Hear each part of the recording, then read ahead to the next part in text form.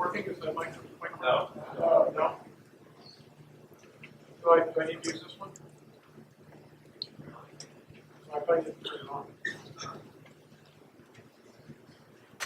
Okay. Oh, that's good. Right, very good. I'd like to welcome you this evening. My name is Rusty Reno. Note that some of you who read First Things Magazine as R. Reno. But my friends call me Rusty Reno, and I can see that I'm in a room full of friends. I'm very grateful for that. And welcome also to those of you who are watching online. We're live streaming this on our website this evening. So welcome. As many of you know, First Things Magazine is a monthly publication. It's also a very active website, firstthings.com. We're America's most influential journal of religion and public life. And I look around in this room, and I can just tell by the look on people's faces, this is a group of very intelligent and engaged people. And all intelligent, engaged people subscribe to First Things Magazine. So, that means that if you're not subscribing to First Things Magazine, you really need to get on the ball and subscribe to First Things Magazine. And Austin, am I right to say that we have assistance available to register people to subscribe to First Things Magazine? We're happy to have you come on board as subscribers this evening. Also, we have envelopes. This event is being sponsored by First Things Magazine. If you'd like to spread costs in any way, we'd be, of course, very grateful for that. This is our First Things Magazine is edited and in New York City. Some people think that's part of the United States of America, and then it's an exotic part of the United States of America. And this will be our first event outside of New York City in 24 years of the Institute on Religion and Public Life, the publisher of First Things Magazine. And we're delighted to be able to do it here in Washington, D.C. Now, the reason why we're expanding or we want to present a lecture here in Washington, I'd also like to do lectures in other parts of the country in the coming year or two, is because the mission of First Things Magazine is to promote a religiously informed governing consensus. And we're up against a lot of challenges in American society today. And we often think that we are weaker and more afflicted than we really are. And I believe it's very important to get people together, to listen to a speaker of such high quality as we have this evening, in order to better understand what it is we're up against, and better understand even more importantly what our faith calls us to do as citizens of our nation. So it's with that in mind that we plan this event. And as I said, I hope to do lectures regularly here in the DC area, as well as in other parts of the United States. Tonight's speaker, Mary Eberstadt, is known to many who read First Things Magazine. She's been a regular contributor in our pages. She's also an extremely accomplished writer who's published in many journals in the United States, Time Magazine, the U.S. News and World Report, the Weekly Standard. The list is very long. Her most recent book, How the West Really Lost God, a New Theory of Secularization, pursues the thesis that the breakdown of the family is intimately connected to the decline of religiosity in our society. Adam and Eve after the pill, The Paradoxes of the Second Revolution, another one of her books, features many articles many of the chapters were originally appeared as articles in First Things Magazine. And that book exhibits Mary's remarkable ability to penetrate into the cultural milieu in which we live, to understand the peculiar ways in which our secular culture shapes us and shapes our moral and spiritual imaginations. Often for ill, but sometimes in surprising and paradoxical ways, open to the truths of reason and the truths of the faith. I certainly admire her work greatly, and I'm very honored to be able to introduce her this evening. And please join me in welcoming Mary Eberstadt to this evening.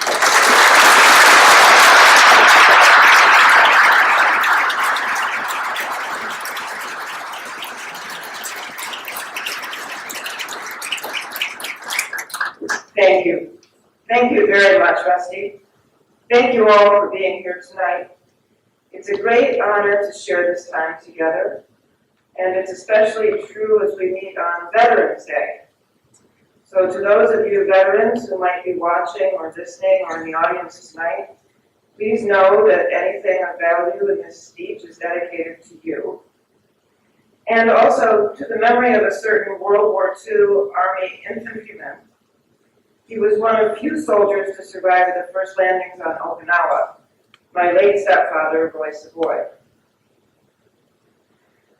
It's common to start a talk with a laugh line, but this proved more challenging than usual tonight given the weightiness of the subject. So a few days ago, I sent an email to a friend, Catherine Jean Lopez of National Review, and it said, "Quick, you know any good jokes about religious persecution, the sexual revolution, historicism, censorship, field hospitals, and related stuff?" Strangely enough, I still haven't heard from her. So I guess instead of jokes, we better get down to business and hope that what follows does some good and gets a new conversation going where it's badly needed, because that conversation is badly needed all over. Last week, Cardinal Walter Casper gave a speech at Catholic University. And in it, he said something particularly urgent given our subject tonight. He said, quote, "Mercy has become the theme of Pope Francis's pontificate. With this theme, Pope Francis has addressed countless individuals both within and without the Church. He has moved them intensely and pierced their hearts." Unquote. The Cardinal added, quote, "Who among us does not depend on mercy? On the mercy of God and of merciful fellow man." Unquote. Those questions move all people of goodwill, and they also go straight to the core of this talk. Pope Francis and Cardinal Casper teach that mercy means meeting people where they live. We're here tonight to do exactly that, to look at where many Christians in America and Europe and other places have to live today because they are Christians. We are not speaking here of the believers across the planet who suffer grievous bodily and other harm for the faith, whose martyrdom pierces all religious hearts. We're talking instead tonight about something else. The non-stop, slow motion, marginalizing and penalizing of believers on the very doorsteps of the churches of North America and Europe and elsewhere, in societies that are the very historical strongholds of political and religious liberty. We're here to put human faces on some of those struggles, and to mention just a few of their stories.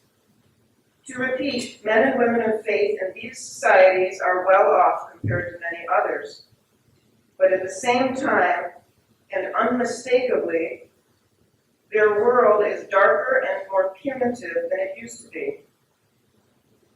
So we're here tonight to show empathy and solidarity with people who need it.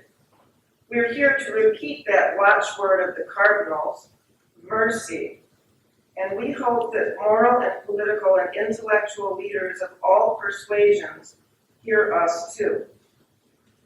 For there is no mercy in putting butchers and bakers and candlestick makers in the legal dock for refusing to renounce their religious beliefs. But that's what the new intolerance does. There is no mercy in stalking and threatening Christian pastors for being Christian pastors, or in casting out social scientists who turn up unwanted facts, or in telling a flight attendant she can't wear a crucifix, or in persecuting organizations that do charitable work. But the new intolerance does these things too. There's no mercy in yelling slurs at anyone who points out that the sexual revolution has been flooding the public square for some time now, and some of the people out there are drowning. Above all, there is no mercy in slandering people, many, many people, by saying that religious believers hate certain people where in fact they do not, or that they are humanophobes of one stripe or another, when in fact they are not. This too happens all over public space these days, with no pushback from practically anywhere. This too is the new intolerance at work.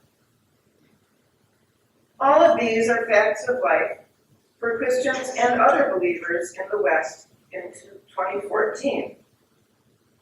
This is where a lot of real people now live and need to be met. The new intolerance has established residency in the societies of the West so quickly that its existence is now a commonplace.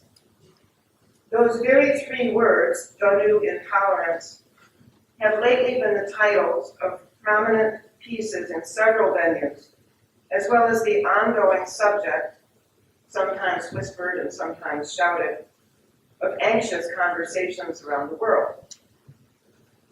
The new intolerance has also been recognized by some speaking for the Church. As Bishop Mario Toso, Secretary of the Pontifical Council for Justice and Peace, put it in a statement to the Organization for Security and Cooperation in Europe last year, quote, "Intolerance in the name of tolerance must be named for what it is and publicly condemned," unquote. It may be tempting in the face of what looks like a juggernaut to dig a hole and hide in it, or to pen one more Jeremiah of the times. It may be tempting to reach for the Benedict option, named for the saint, not the recent pope, and withdraw from the whole toxic scene. But that's not what we're here to do. We are going to take a different tack. There's a book published 37 years ago that doesn't get nearly enough use as a literary springboard in first thing circles, Rusty. Namely, Fear and Loathing in Las Vegas by Hunter S. Thompson. In thinking about tonight, one particular scene in the book kept coming to mind. In it, the narrator, accompanied by his lawyer in a hotel room, is experiencing a series of hallucinations. It's a long story. But the relevant dialogue about one of them goes like this. "Look outside," I said. "Why?" says my attorney. "There's a big machine in the sky, some kind of electric snake, coming straight at us." "Shoot it," said my attorney. "Not yet," I said. "I want to study its habits." Tonight we're going to do just that, study some of the habits of the creature known as the new intolerance, and distill what we know into 5 facts. The first fact is that the new intolerance isn't just a Christian problem, it's an everybody problem. It shouldn't have to be said, though the new intolerance forces it to be said, that civilized people do not stand by and hit the like button when their friends and neighbors and co-workers are subjected to gratuitous maligning and opprobrium. Free speech isn't just some religious quirk. and the attempt to make it one needs to be called out. Or to put the point another way, as someone wrote about the forced resignation in April of Mozilla CEO Brandon Ike, quote, "When people's lives and careers are subject to litmus tests and fired if they do not publicly renounce what may well be their sincere conviction, we have crossed the line. This is McCarthyism applied by civil actors. This is the definition of intolerance," unquote. Thank you, Andrew Sullivan. The new intolerance is also an everybody thing in another sense. Like related cultural unleashings, it will not stop at whatever courthouse door it's sniffing right now. It will want more. Translation: nobody's free speech is safe when little Robespierres get to write the rules. That includes people who now think they are safe because they have preemptively accommodated or silenced themselves. No, practicing Christians who refuse to recant are on the front lines of the new intolerance today, but where they stand now, others will surely follow. Tomorrow, it might be someone with no religious beliefs at all, who draws the line, say, at the legalization of polygamy, or at lowering the age of consent, as has happened in a number of countries further along in acquiescing to the sexual revolution's demands, even than ours.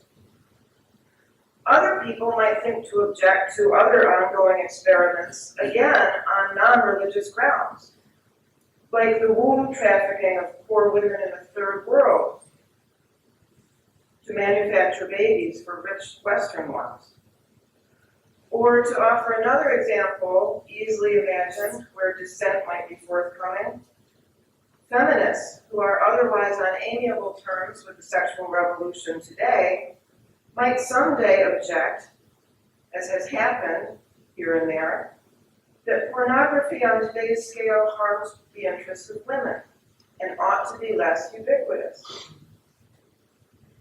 If and when any such people do any such things, the new intolerance will ostracize them, just like all other dissenters, from the sexual revolution's many desiderata. The new intolerance, to repeat, doesn't do mercy. Now, you don't have to be a card-carrying theist to question some of what's going on out there, and that's exactly the point. As a historical fact, much of what is known today about the post-revolutionary world, ironically enough, has been mapped over the decades by people without any religious agenda whatsoever. Walter Lippmann, who was hardly a cat's paw of St. Peter's Square, argued that the use of contraception would change the world. Patiram Sorokin, founder of Harvard University's sociology department, and also no flack for the Apostolic Palace, wrote a piece in Life magazine half a century ago, followed by a short book, in which he condemned the sexual revolution in terms that would have him in handcuffs in some places today, and certainly denied tenure just about everywhere. Some of the sociologists who have drawn attention to the centrality of the sexual revolution in Western economies and cultures are similarly without a dog in theological fights, but they've nonetheless also seen yellow and red lights when they assess the scene out there. People like Lionel Tiger, Kay Hymowitz, the late Daniel Patrick Moynihan, George Gilder, Charles Murray, scores of writers for the Public Interest magazine, and plenty more. The bigotry that shouts down researchers like sociologist Mark Regnerus today, and any other scholar who reaches any unwanted conclusions, would shout down all these other thinkers too, and more. The new intolerance is an everybody problem for one more reason. Because it penalizes people who are a clear net plus for society. People who spend their days helping the poor, clothing the naked, feeding the hungry, and otherwise trying to live out the Judeo-Christian code of social justice. More and more, these people are witnesses to a terrible truth. The new intolerance makes it harder to help the poor and needy. I met one such witness last year, a young woman who works for Catholic Charities. She's every inch the kind of paragon who puts the rest of us to shame. Someone pulled closely into the church's orbit by the sheer gravity of her desire to help the poor. Much of her time now, this young woman told me, is spent not where she wants to be, in soup kitchens or hospitals or nursing homes or with destitute immigrants. Her particular archdiocese, by the way, is half Spanish speaking, so its humanitarian work among immigrants is especially critical. Why not? Because, she said, her days are spent largely on countering legal and other maneuvers by activists intent on closing Catholic Charities' foster care and adoption services, for the sole reason that Christian teachings about the family infuriate sexual progressives. This witness said, "I know the time is coming when we'll either close our doors or decide to keep up our work regardless, in which case we'll end up in jail. But who will take care of the children? Not the people who have sued us out of existence. Who will take care of all these kids?" Unquote. So to repeat, the new intolerance is bad for the poor. And concern for the poor is not just some boutique Christian quirk either. At least it isn't supposed to be. Everybody who cares about social justice ought to care about and deplore the new intolerance. Fact 2 about the new intolerance. It's different from what came before. Reflecting recently in the Wall Street Journal on the galloping revival of anti-Semitism in many countries in Europe, Rabbi Jonathan Sachs drew some interesting distinctions germane to us here tonight. At one time, he points out that the Jews of Europe were hated for their religion. In the 19th and 20th centuries, most notably, though not only under National Socialism, they were hated next for their so-called race. In our own day, he continues, the main reason for anti-Semitism is something else again, hatred of the fact of their nation-state, Israel. So one enduring hatred, anti-Semitism, consists of different variations on the theme. In an analogous way, what might be called the varieties of anti-Christianity can also be distinguished over the centuries. One current form is the antipathy in parts of Europe to acknowledging the continent's religious roots. Scholar Joseph Weiler has gone so far as to call this Christophobia. Other instantiations have also abounded. The Romans persecuted Christianity because of the threat it posed to society and state.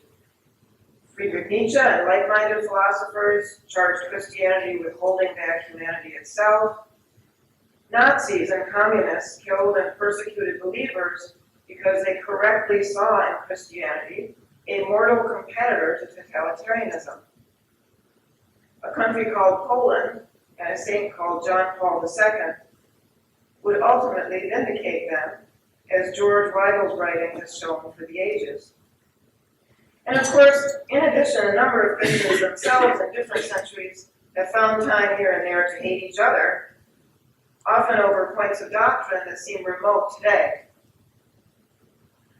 The new intolerance facing Western believers differs from these. It is not an intellectual or philosophical force.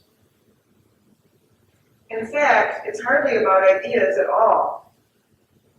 It is instead something very specific, taken from playbooks that nobody should be proud of studying. It's about using intimidation, humiliation, censorship, and self-censorship to punish people who think differently. Here is another witness. An American friend who is also a Christian writer said recently that his biggest fear in life,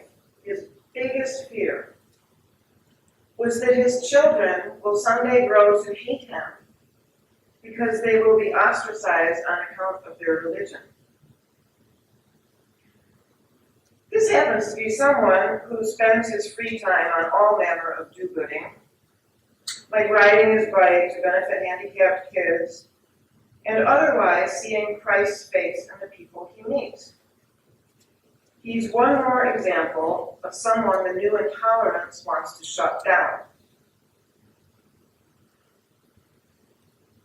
And here's the point. If he can't help thinking that way, what does that tell us about millions of other mothers and fathers of the West? What will they decide about the religious upbringing of their children in an age when taking them to church might get them laughed at in all the best places, and maybe also much worse? That is to say, anyone concerned about secularization must also be concerned about the new intolerance, because the new intolerance will cause secularization by making people fear for themselves and for those they love. The new intolerance gives intimidated people one more reason not to go to church. From New York to Paris to Sydney to Buenos Aires, it is already doing just that.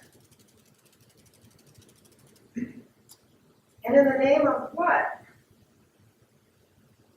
If all the fury directed at religious believers in the public square these days could be pressed into a single word, as it can, that word would not be, say, theodicy. It would not be Pelagianism, Arianism, or other words that have parted Christian waters in the past. No, in our time, that single word would be sex. Christianity present, like Christianity past and to come, contends with many foes and many countervailing forces. But its single most deadly enemy in our time, the one with which it is locked in mortal combat, is not the stuff of the philosophy common room. It is instead the sexual revolution. The new intolerance is a wholly owned subsidiary of that revolution. No revolution, no new intolerance. That is another aspect of the thing that needs to be understood. The fact that many Christians wish things were otherwise, and wish also that the new intolerance were otherwise, is a poignant human truth. It is also, of course, a strategic liability for the believers. Everyone wants to be loved, or at least not hated on. The fact that the new intolerance is able to exploit this ubiquitous desire and to use it to tear Christianity from within, as well as to isolate and intimidate people, all these habits are what makes the new intolerance so lethal. The desire not to be hated on is a powerful and underestimated thing. Preparing for tonight by reading some of the writings of thinkers past, Christopher Dawson, Karl Popper, C.S. Lewis, and other great minds debating the subject of historicism in the the first half of the last century, I felt myself turning 50 shades of green with envy for their world. How much more fun would it be tonight to give a speech about the perils of historicism, I thought. Admittedly, this is a nerd's idea of fun. Or talk about a new stage play that is being launched in the fall by me and several other people. How much more agreeable in every way it would be to talk about something, just about anything else. But that isn't where people live right now and need to be met. That story is just the littlest microcosm of what happens under the new intolerance 24/7. And most of the time, with much larger and more pernicious consequences. Namely, it makes people think twice about what they say, in a bad way. And it makes some of them press the mute button. This brings us to fact number 3 about the new intolerance. It is dangerous, not only for the obvious reason that it spells censorship, but even more because it also spells self-censorship, including within the churches. Inside Christianity itself, the scramble over the sexual revolution turns a community of sinners united by the shared search for redemption into something very different. A discrete series of aggrieved factions, each clamoring for spiritual entitlement. It's institutionally destructive. In fact, it's no exaggeration to say that the divisive tone of some discussions within Christian ranks these days is itself evidence of the power of the new intolerance. Given the sheer malignant force of the thing, capitulation seems to some people an obvious, if of course not optimal, protective resort. But that's an illusion. This is not a theological point, it's a historical fact. Religious capitulation to the revolution's demands has been tried over and over, and the results are plain to see. The churches that tried to protect themselves in that way are dying. They do not replace themselves literally or figuratively. Their morale is low. Some will not even exist 100 years from now. Responding to the sexual revolution with religious capitulation is doomed to failure. It's like trying to put out a house fire by throwing dynamite at it. As a related matter, it's worth at least pausing to wonder whether the revival of anti-Semitism in parts of Europe today might not have a religious component after all. For while the beatings and ostracism visited on Jewish people in parts of the continent are being delivered by those who hate the state of Israel, it is nonetheless true that the inexplicable tolerance of these acts and silence about these acts by many other people in Europe demands explanation. Maybe just some of that explanation has to do with the shared moral code that joined Judaism and Christianity at the root, and the deep resentment of some people today that such a code has ever so much as existed. Fact 4 about the new intolerance. It claims to command the moral high ground, but it does not and cannot. Let's start with the briefest of tallies here. In the name of the revolution defended by the new intolerance, unborn innocents are killed by the millions every year, overwhelmingly on the sole ground that they are inconvenient. The revolution singles out as particularly unwanted the fetuses who are female, millions more of whom are killed even than males, to the apparent and bizarre indifference of many who claim otherwise to speak for womankind. Also, as we have already seen, that same revolution is no friend of the poor. Far from it. Just the latest compelling evidence comes from sociologists W. Bradford Wilcox and Robert I. Lehrman's seminal new work, For Richer, for Poorer, How Family Structures Economic Success in America. Among the arresting findings, quote, we estimate that the growth in median income of families with children would be 44% higher today if the United States enjoyed 1980 levels of married parenthood.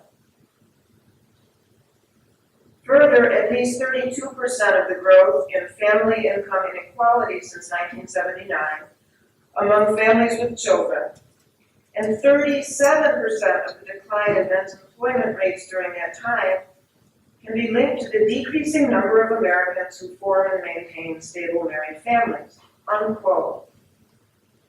The revolution, in other words, has been driving one of the most divisive political issues in Western society today, income inequality. It has been driving the middle class into the ground. And that is only the beginning of the problems presented to the poor by a political order that aids and abets the revolution.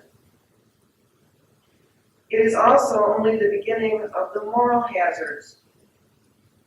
To name just one, there's no shortage of rich white people whose solution to the problem of poorer black people, especially in Africa, is to tell them to make fewer of themselves. This is a phenomenon that the satirist P.J. O'Rourke has memorably dubbed, just enough of me, way too many of you. Out there in the flooded public square, two visions compete for human beings. Which one really stands on higher ground? Look back again at what happened when the federal government of the United States decided that the demands of the revolution now include mandated contraception. The particular battle between the government and the Little Sisters of the Poor came straight out of central casting, from hell. It's as if the producers of a movie had sat around pitching ideas that went like this. I know, let's do something really preposterous. Let's make the federal government beat up on nuns. And someone else says, I know, not just any nuns, but nuns who work with the destitute and the outcast. And then a third one says, I know, I got it. How about we have the federal government kneecap the Little Sisters of the Poor? Of course, if such a meeting had actually happened in Hollywood, everyone would have walked away from the project because anyone there could see there'd be no percentage in attacking the Little Sisters of the Poor. Or would there? Who would stand for it? Well, as it turned out, plenty of people stood for it, and they are people aligned with the new intolerance. This is only high ground if you're standing in a ditch. Fact 5 about the new intolerance. Final and most important.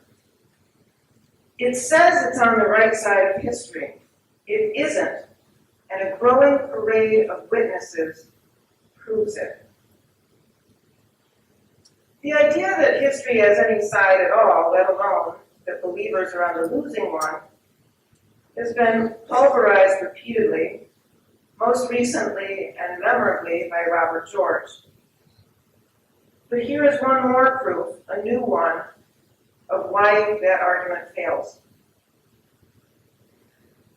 If all the witnesses that can be produced to shut down the new intolerance, of all the witnesses that can be produced to shut down the new intolerance, the most compelling of all may be the ones most hitherto unseen. These are the former victims of the sexual revolution itself. The walking wounded coming in and out of Pope Francis's proverbial field hospitals. The people who are believers not because they want to jettison the Christian moral code, but because they want to do something more radical, live by it.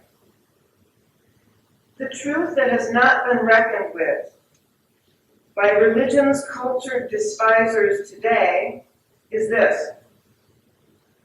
Christianity is being built more and more by these very witnesses themselves, by people who have come to embrace the difficult and long-standing Christian rulebook,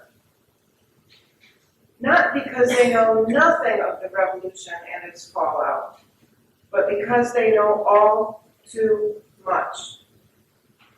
These are the heirs to St. Augustine and to every other soul who ever found in Christianity's tough code a lifesaver and not a noose.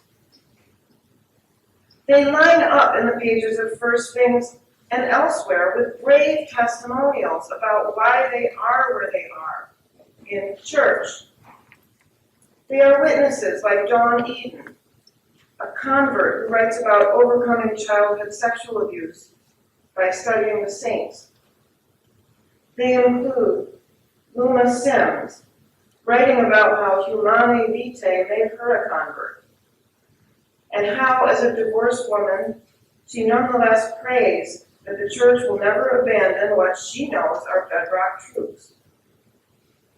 Another who steps forward is Eve Tushnet, writing often about what it is to be Catholic, attracted to women, and celibate.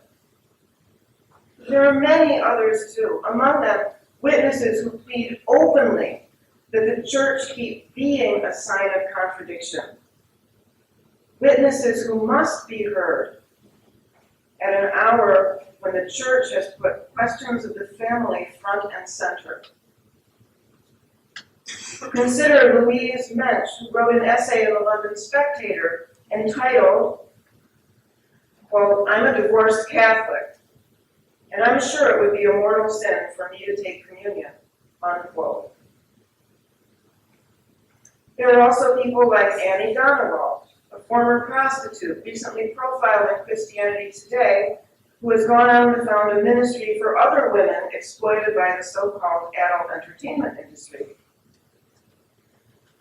There are the conscientious objectors to the new intolerance, the ones who come forward to avow that they do have free will, no matter how many other people insist they're not born that way, and who are vilified all over for committing secular heresy. There are organizations like the Catholic group Courage, and others that do good despite the nonstop recrimination directed their way. There are witnesses in other places too. I think of two men I saw at a conference some years back on the social costs of pornography. Each one testified before scores of strangers what pornography had cost him personally, mainly the loss of love. They are witnesses to the wreckage of the sexual revolution, and exceptionally courageous ones. All these men and women, and many others like them, are living human signs of contradiction to the times, and most especially to the new intolerance. They are part of the growing coalition of people who defend faith in all its thorniness, not because they have known nothing else, but precisely because they do know the revolution. And they reject the idea that they have to march in lockstep with it.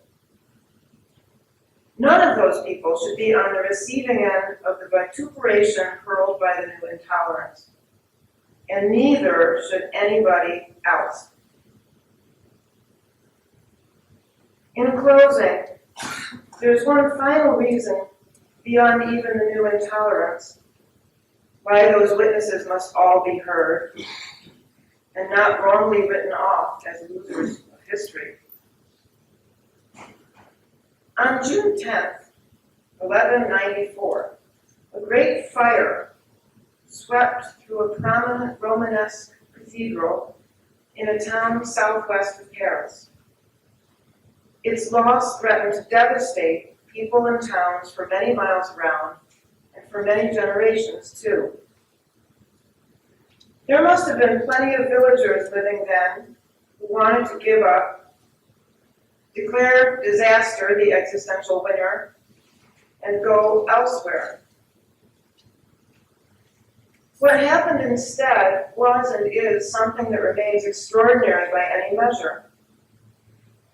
Those people and their leaders persevered and determined not to have their lives disfigured once and for all by a disaster. In a remarkably short time, a cathedral bigger and even more magnificent was raised up in its place. That cathedral is known as Chartres, one of the most outstanding examples of Gothic architecture on earth. It was built up by men and women who had witnessed the signature disaster of their times and who refused to resign themselves to it. So, too, will the figurative cathedral of religion itself tomorrow come to be built, not by partisans of the new intolerance, not by people who buckle to the new intolerance via censorship or self-censorship. It will instead be laid stone by stone by some of the very people burned in the original fire. This is already happening. This act of moral jujitsu is unfolding before everyone with eyes to see it.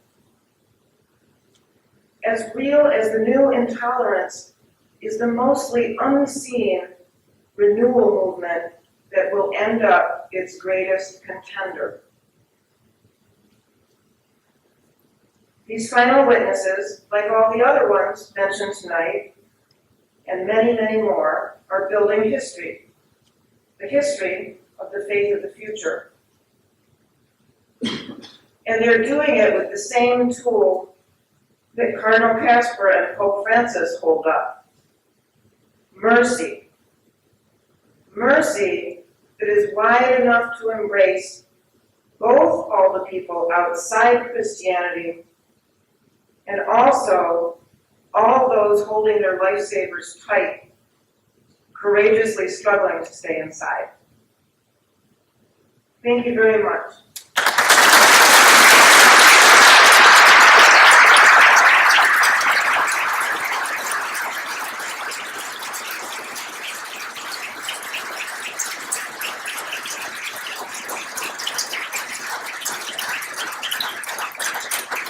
Thank you, Mary, very much for that inspiring talk. We're all invited to a reception hosted by First Things Magazine in the back of the hall. And thank you again for coming. And thank you all for being subscribers to First Things Magazine. If you're not, get on board.